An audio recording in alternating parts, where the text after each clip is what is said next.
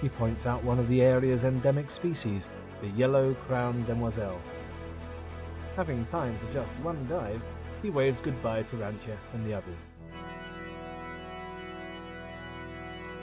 Several of the diving locations in Gorontalo that are now favoured among divers were discovered accidentally. This includes the multiple pinnacles of Sentinel's dive site.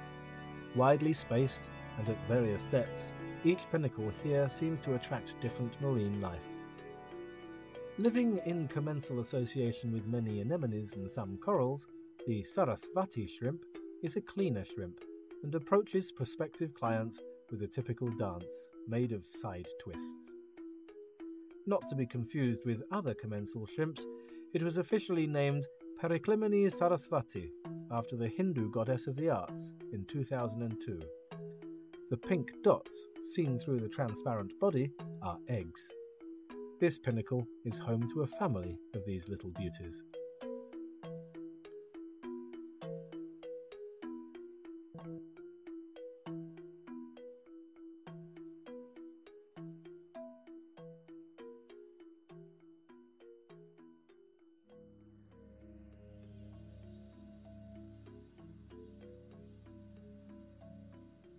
In the hollow of a sponge, another crustacean takes shelter. Usually observed in association with sea stars, sea urchins and cucumbers, the bumblebee shrimp is rarely found because of its tiny size. This one tries its best to make friends with the neighbouring goby. Although its overtures are rejected, the shrimp keeps trying to establish good relations, to no avail. Eventually, it must find comfort in a solo dance.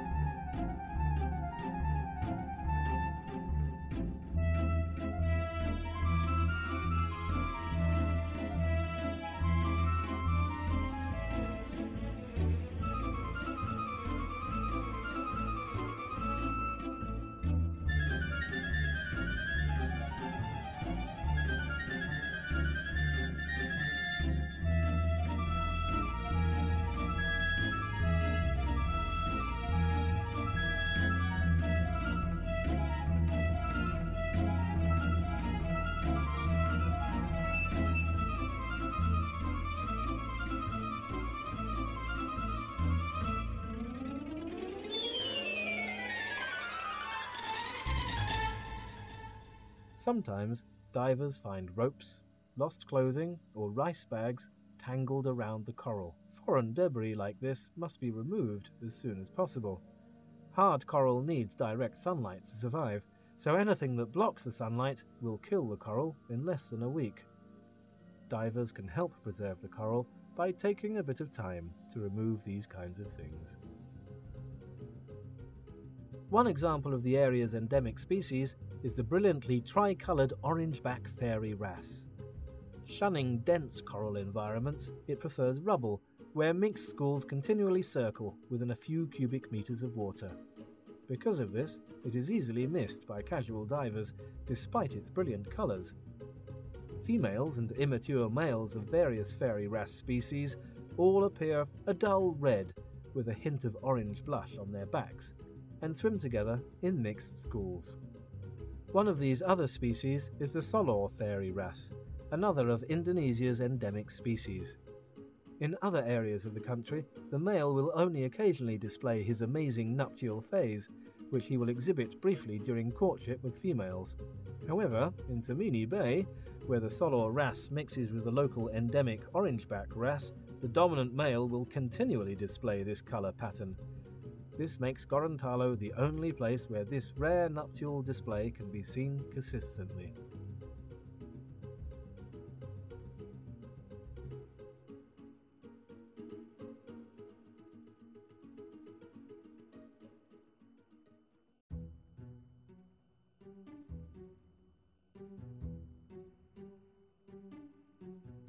Shrimp gobies are lucky indeed.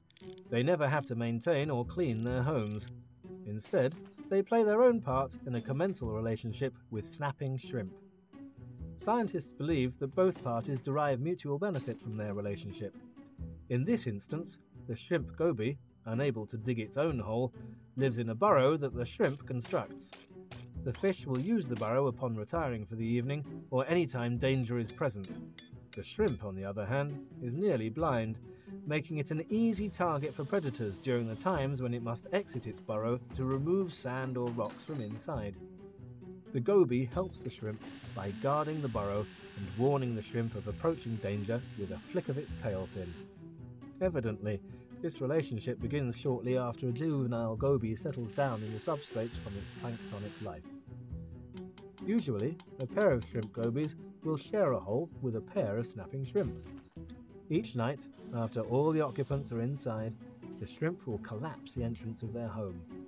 This serves to protect them all from marine creatures that are able to slither into an open hole, hunting for prey. Every morning, the shrimp goby will burst through the collapsed entrance and its snapping shrimp partner will begin the arduous task of rebuilding the entrance for that day.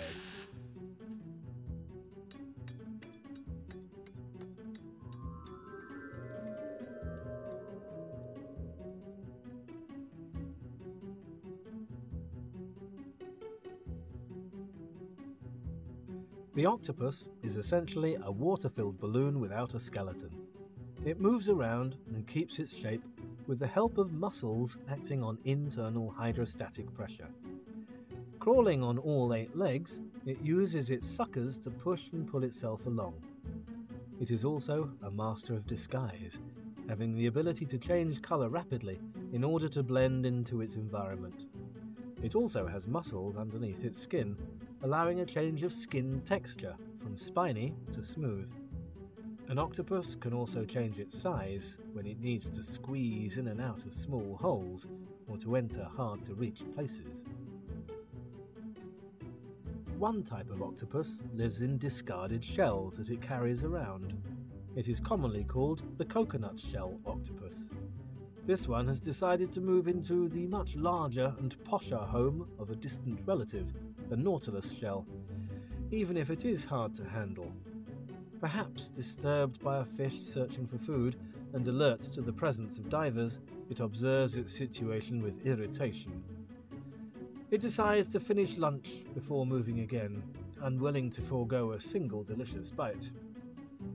Walking has long been thought to require the combination of muscle pushing against bone, but this walking octopus proves that bones are not necessary.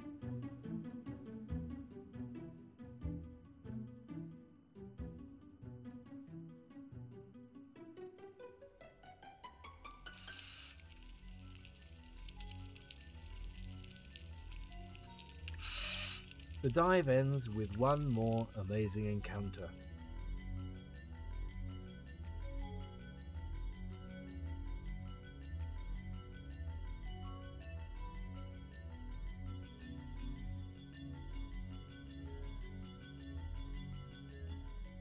Pink-eye gobies. Divers will easily overlook this tiny and beautiful fish unless someone points them out.